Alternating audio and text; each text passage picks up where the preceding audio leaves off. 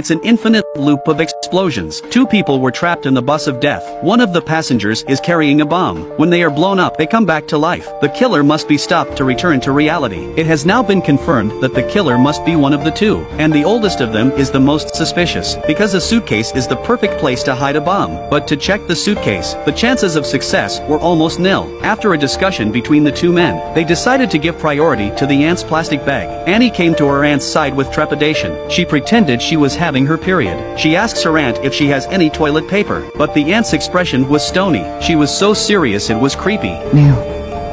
Annie continued to press the issue, lying that he had seen the sanitary napkins in the bag, so she continued the bold test, reaching right through and opening the bag, only to find that the bag was just a pressure cooker. The aunt was a little angry. Her eyes were fixed on him. The atmosphere became instantly tense. She was so shocked that she apologized, but seeing her aunt in such a state of flux, Annie didn't want to give up either, so she asked her what was in the pot. 上车拎着挺沉的，就挺好奇这里边装的是什么。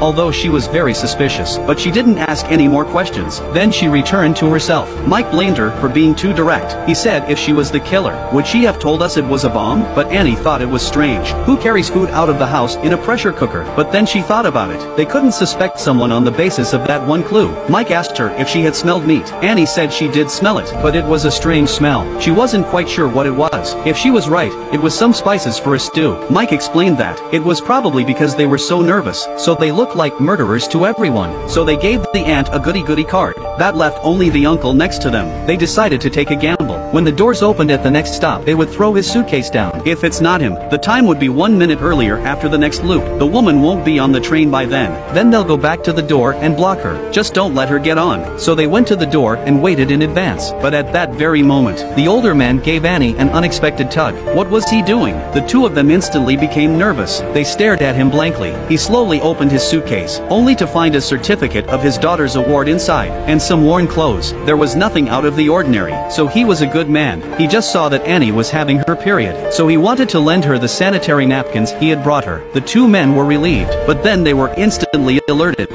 because it also